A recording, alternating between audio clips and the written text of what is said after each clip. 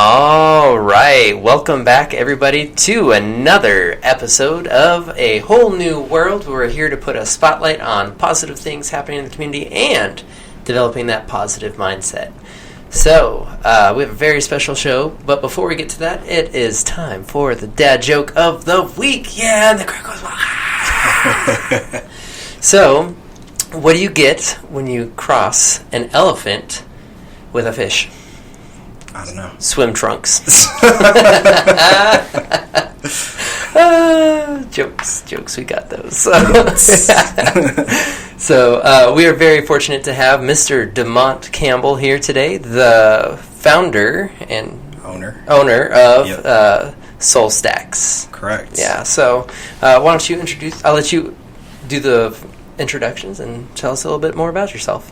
Yeah, so my name's Demont Campbell. I grew up in Grand Prairie, Texas. Went to Texas Tech and got my degree in architecture. Been living, breathing, dying architecture since I was young. Okay. And how young? Man, I was drawing on like paper, like sketching houses when I was like a teenager, probably 12 or 13. That's cool. Yeah, I saw my grandparents build their first house, so that kind of sparked. Okay. Yeah. Did you have any like part in like drawing the plans for that? Or? No, but like we have like a little photo album that we keep, and it shows like when they were pouring the concrete, and we had the for sale sign. I was missing all my teeth. And, that's stage of life. Yeah. Just like walking through the house with all the the studs up and everything, and like, oh, this is gonna be my room. Yeah. So, very different when you're that young to be able to see something. Oh yeah, and I'm sure it's very exciting too at the same time. Yeah. So you started when you were young, and so. I got my first internship when I was 16 out of just curiosity, like not even really looking for a job. I just emailed an architect and I was like, hey, can I come in and see what you guys do? And he's like, sure. And I came in, he's like, you want to work here this summer? I was like, I don't know anything about architecture, right? He's like, oh, we'll teach you. Yeah. And that led to like on a whole summer of just learning so much and these high-end residential homes, like for, very high-end clients. I was just like, man. That's cool. Just kind of developed that over the years. And I just kind of had a point to just keep growing my knowledge. Like every summer when I came back from school, I interned somewhere. Sometimes I work for free. Like, there's a recession that happened, in 2008. So yeah, that hit a lot of people. Nobody, could offer me a job, and then I come back and they'd be like, all right, we can offer you a job. So like it kind of helped out, like the fact that I worked for free. I think sometimes working for free, nobody wants to do it, but sometimes you have to do it just so you can kind of get your foot in the door. So I find it interesting. So you had already had architecture experience before you went to college. Tech. Yeah. Okay. Yeah. So did you find that the college was pretty like accurate, or is it kind of behind? It's accurate. Yeah. Even now, like now that I'm doing it professionally, just seeing it like my other counterparts, like man, there's a lot of just different things that you learn from school coming out, and some people are aren't able to do the same things as you. Are like maybe you kind of get the spotlight because you come up with the design or an idea at such a young age coming out of school, where it may take somebody else like 10 or 15 years, post-graduation to get in that role. Like I'm already a project manager right now. I've only been out of school for 5 years now. Yeah. Which is not something that's very common. It isn't. But I think also, too, some people have to consider, though, too, you started when you were 16, essentially. That so, too. Yeah. I mean, yes, but I think that's still cool. So people also need to keep that in mind. Right. Right. Not everybody knows that. Right. So love architecture. So are you designing homes? So right now I'm actually doing something totally new. I've done homes, banks, schools. Now I'm working on hotels. Okay. I'm working on a hotel next door to the Cowboys Stadium. I'm not sure if I can talk about it yet, but I'll just say that much. So the firm that I work for, it's a 10-person office, very small, like kind of. So that's a big contract to get. Yeah, it's very like it's like family like. That's why I like it. I'm able to like talk directly to the owner. Like sometimes I'll text him. Like that's how I got the job. Really? It's like through Facebook. Okay. Like I was in a architecture group, and I was looking for a different job, and he's like, email me your resume, and I was like, all right. And he's like, all right, come in for an interview. It's like so not like corporate, you know, like Facebook Messenger. I'm like, who is this guy? Yeah. He's like, hey, I'm James. I want you to come in for an interview. Send me your resume. I'm like, all right. And then I send him my email. He doesn't even like email me back. He still wants to correspond through Facebook. Okay. You know, so it's just like, just totally not corporate like. So it's just like, all right, I can dig this. You know, that's how I am. I like, I don't like to be in a box. Yeah. No, the box isn't for everybody. Yeah. So, well, that's really exciting, and nobody here will say a word. We're just keeping it tight-lipped here. So yeah. So your architecture, but now you're doing something else. So can you tell us a little bit about what your business is and what it is? Yeah, so SoulStacks has been around for, I want to say, 5 years now. It started off with me and my business partner that's no longer part of SoulStacks. In 2014, kind of just developing some concepts and wanting to make, something that people can put their shoes in without putting them back in the box or like, under the bed, or just back on the floor, So we just created a solution that would help us. And then that just became something that we could actually make for everybody, like for everybody's house. Yeah. That's cool. So what is SoulStacks? So SoulStacks is a shoe display stand that's made here in Dallas. So we design the product and we manufacture the product and we ship it out to our customers. Okay.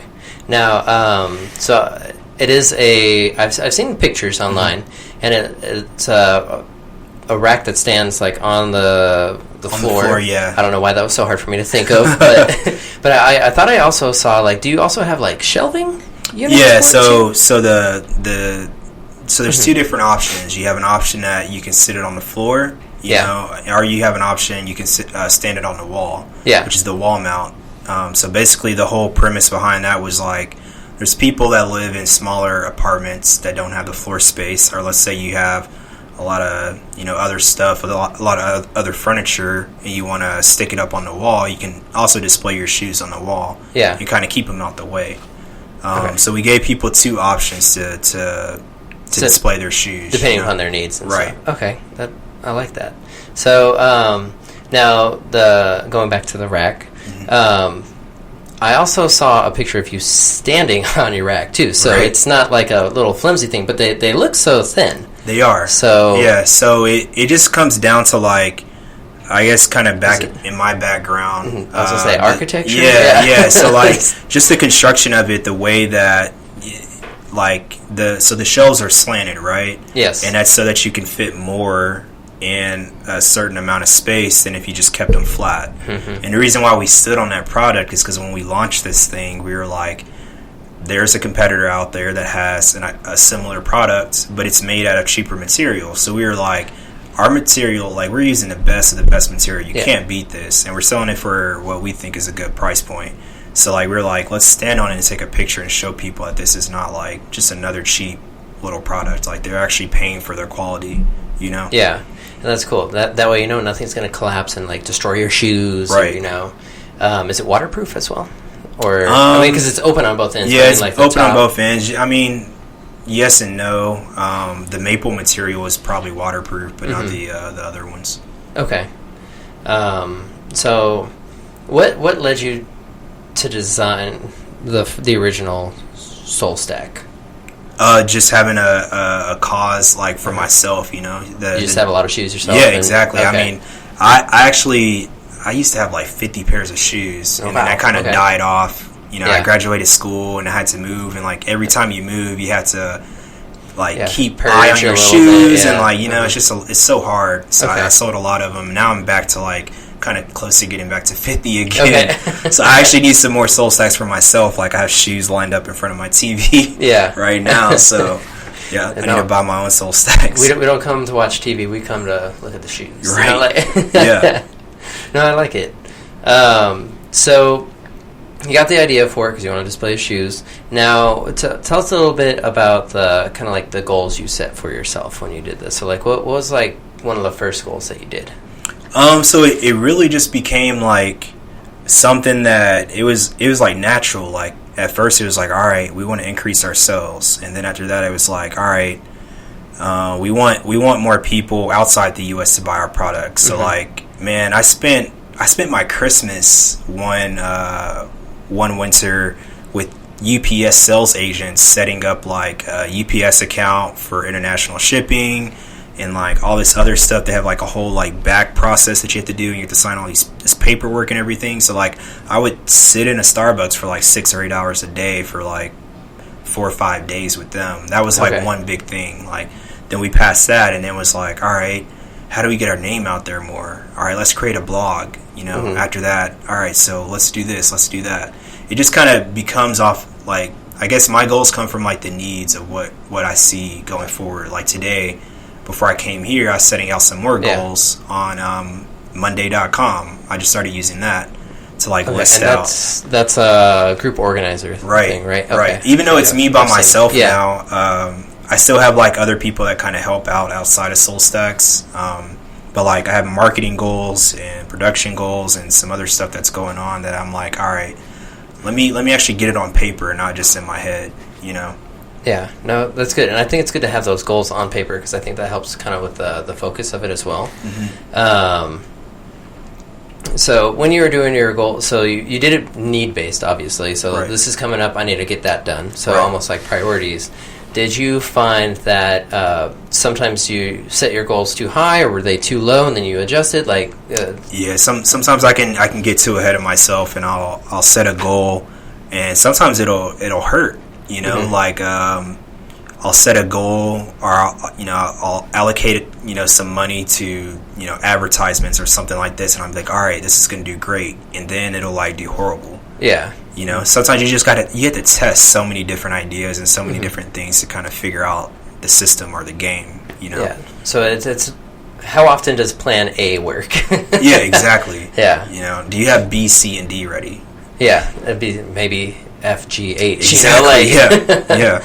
So obviously there's a lot of trial and error going with those. Mm-hmm. So, and all this time, all the goals and everything that you're doing with SoulStacks, you're still working at the architecture firm, right? So, does your owner know or your boss know? Oh yeah, okay, yeah. So I don't hide it. I say up front, hey, this is what I got going on. It's not competition with what I'm doing up here, but this is what I got going. I'm not, I don't. Would you like some SoulStacks? Yeah, exactly. But my boss wears flip-flops to work, so okay. I'd already tried to sell them. But it's just like, it's just natural. Like, hey, this is what I got going on. I don't want to keep it in a in a closet or anything, but they think it's cool. Like, they're like, oh, you got something going for you. That probably actually motivates them a little bit more to, like, I don't know, keep me around. Yeah. Oh, and you're doing other things too.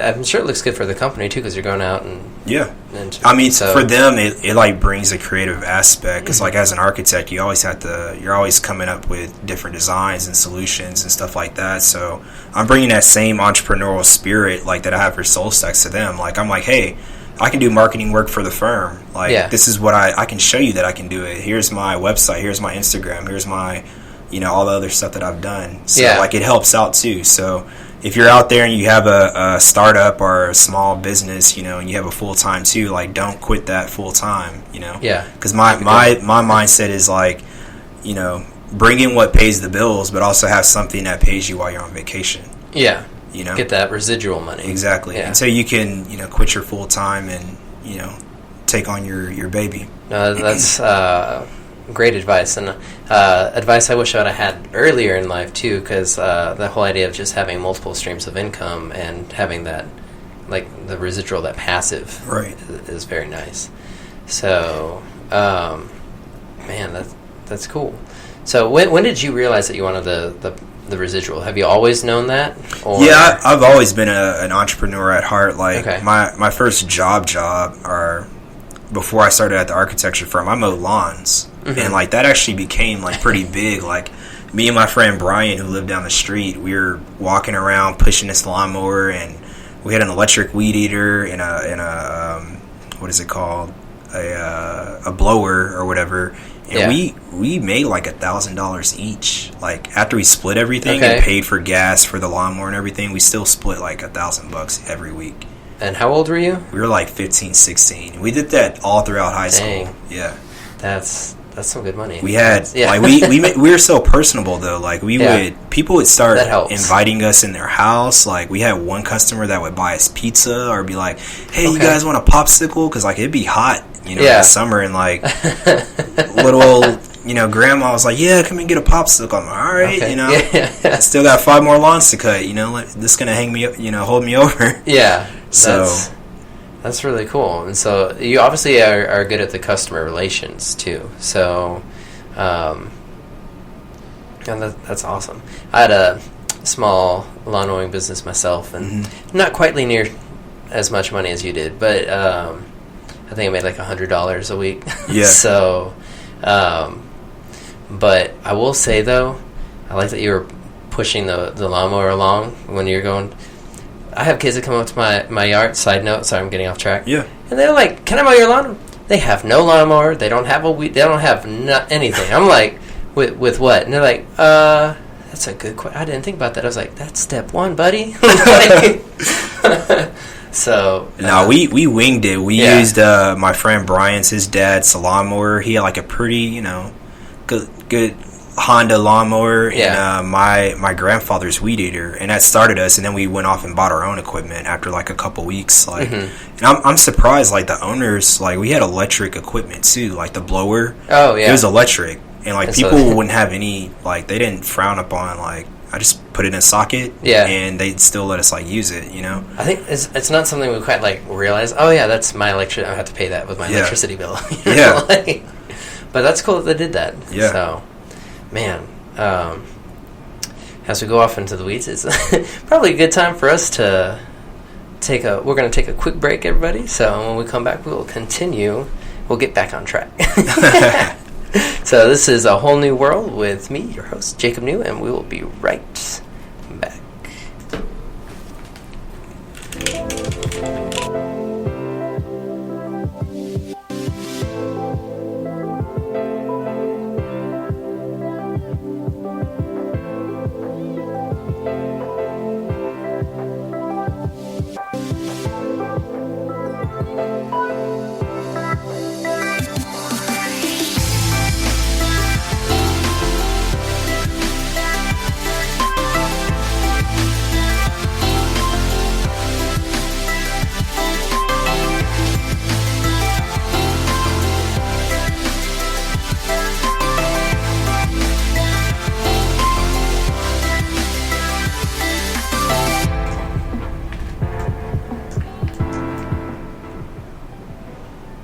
All right, welcome back, everybody, to A Whole New World, where we're here to put a spotlight on positive things happening in the community and developing that positive mindset.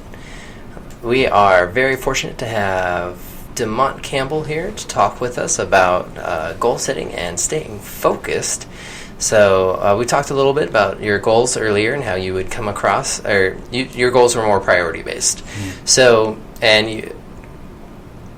Still working. So, did you ever find it was hard to kind of stay on track with doing your business and the architecture? Yeah, it can get very, very, very frustrating at times, and you have to keep your cool at your full time because you can't let that slip away, right? Yeah. You can't stay up all night. And this is what I did. I would stay up all night till 2 or 3 in the morning and then wake up at 7 and then go to work and then be like dragging through the day. Oh, yeah. And it affect my performance, right? So I learned, like, I guess as of last year, like, don't do that. Yeah. Like, try to do as much as you can on the weekends or during some other time or whenever, but don't, like, let your full-time performance, like, slack. Yeah. That's what I was doing for a long time, like staying up late and like answering emails and packaging orders. And another thing is like don't be afraid to ask for help. I was afraid to ask for help, or sometimes I couldn't get the help. Right? Your friends, have their own lives and doing their own thing, and sometimes they can't make it. Yeah. Over to I was doing everything out of my apartment, right? And I'd have people. There was one time, I think 2 Christmases ago, I had like 4 or 5 people working in my apartment getting out orders. Like paying them too? Or yeah, I was definitely paying them, but that's how much help I needed. And I had to take off for work just to do that. Wow. Yeah. So you got really busy. So when did you realize that you were like, snap, I need help? Like, what was that point? I would say, like, last year, like, I was like, man, I can't keep doing, like, you had to learn a balance between, like, working on your business and working in the business. And, like, I'm really good at, like, doing the overview, like running the business, right? So if you look on our website, like, most of the stuff that you see, I designed and threw up there. If you look on Instagram, like, all the product shots and imagery, like, all that stuff, I did myself, right? Okay. So I'm good at, like, putting that stuff together. But, like, some of the stuff is, like, answering emails back to customers if they want to update, or, like, they just send a thank you, or they send pictures sometimes. Like, somebody else could do that. Yeah. And sometimes you have to, like, let go and just, It's kind of figuring out what your strengths are and playing to that, and letting the other people, trusting them to do the rest of it, right? Essentially.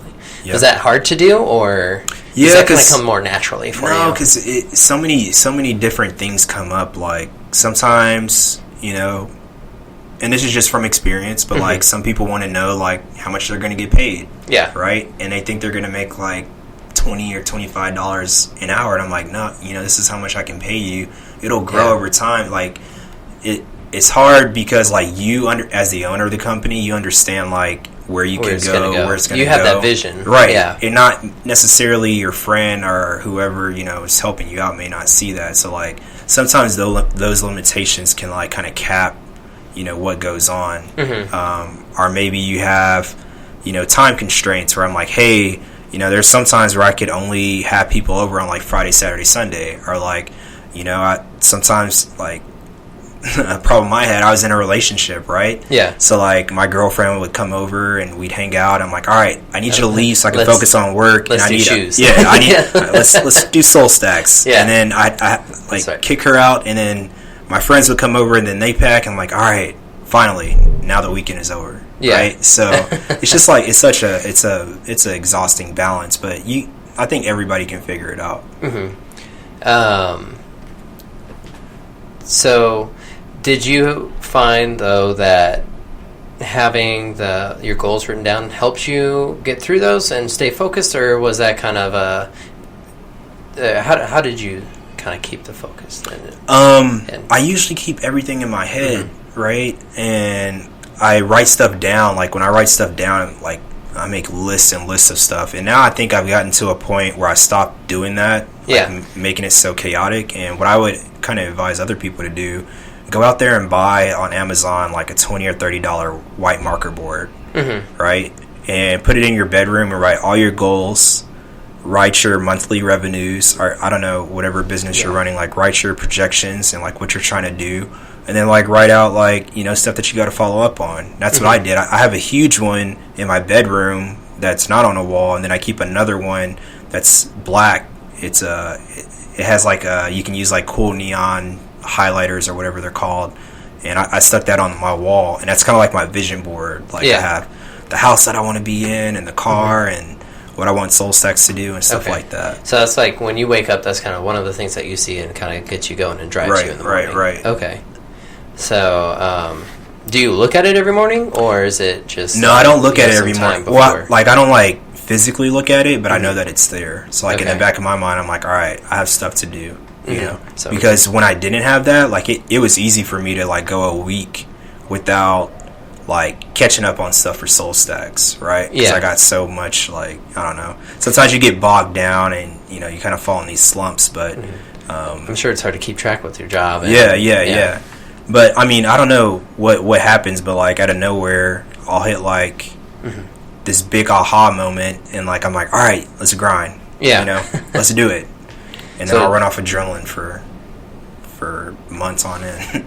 That's good, though, So, and you don't know what quite triggers it, or... I'm not sure. And what somebody was telling me yesterday, I went to dinner, and they were like, start looking at your trends. I was like, what does that mean? They're like, kind of like the stock market, like, there's these trends. I was like, okay, explain more, please. Yeah.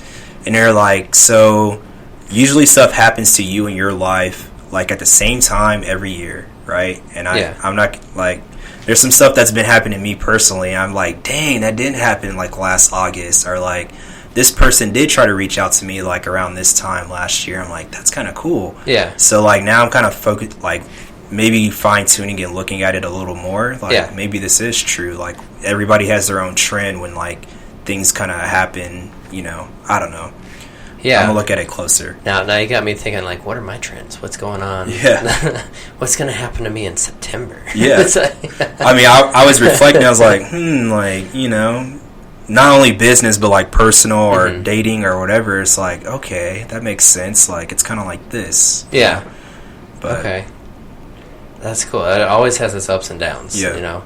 So, what advice would you give to somebody who they're currently employed and they want to start their own business like you have done? Mm-hmm. Well, what's a good starting block?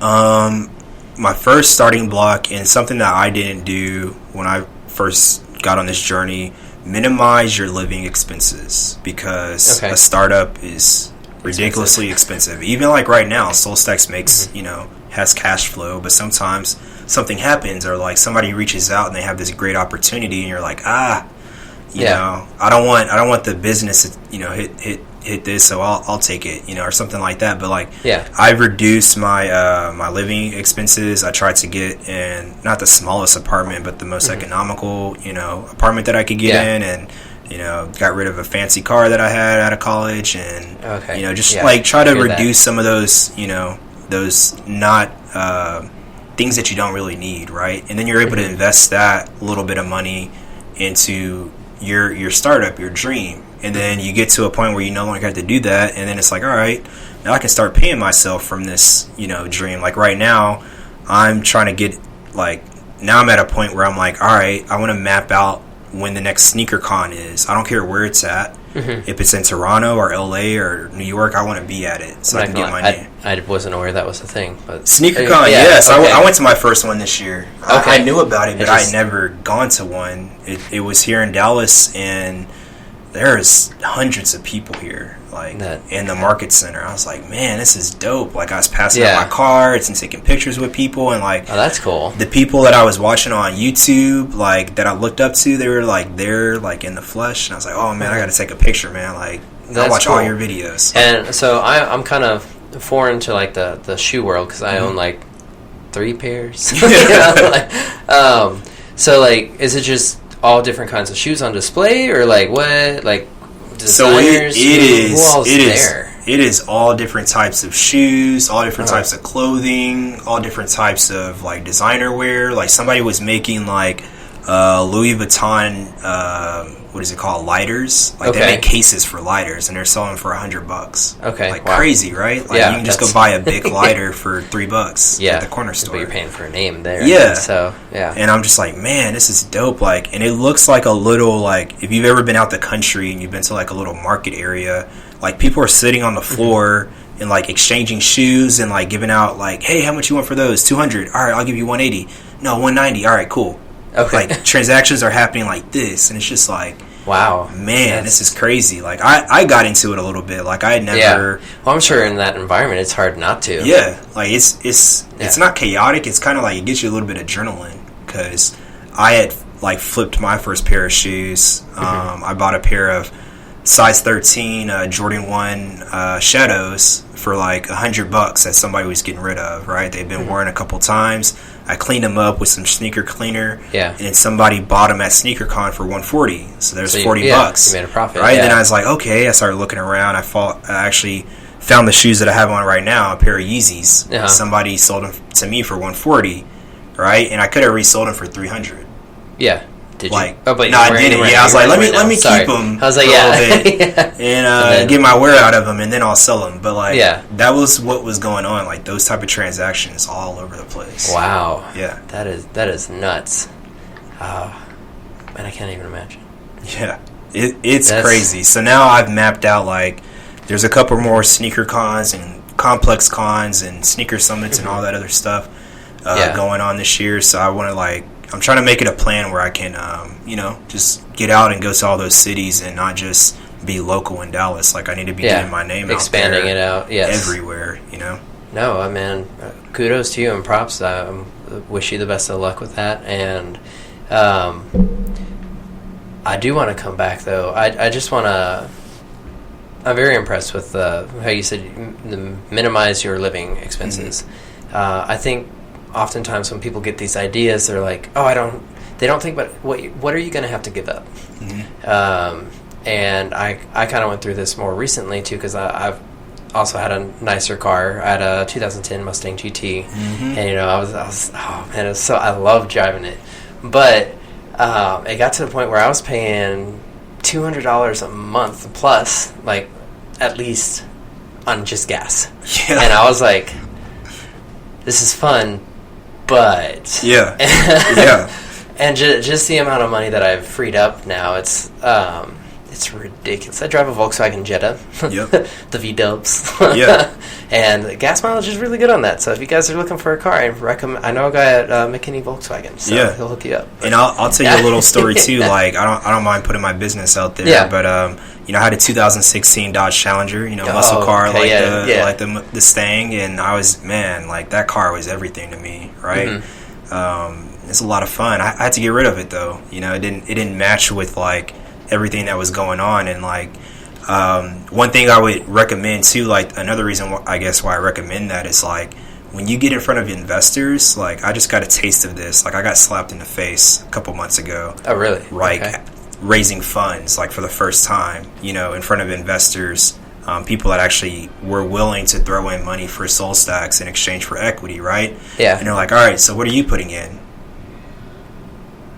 What do you mean? They're like, yeah, what are you going to put in for this? And I was like, I'm already deep in this. And they're like, no, you have to put something on the table too. And I was just like, wow. Not even that, but the people that are so like, put in more. Yeah, not even that, but like the attorney fees, like they don't pay for that. Like if you're giving up 20% equity of your company, that exchange has to happen on paper also, right? So you have to hire a lawyer. Right, and that's $1,500 plus. Like minimum, you're probably going to pay $1,500 for that exchange to happen. So the person that's buying that equity, they're like, let's say they're giving you $20K.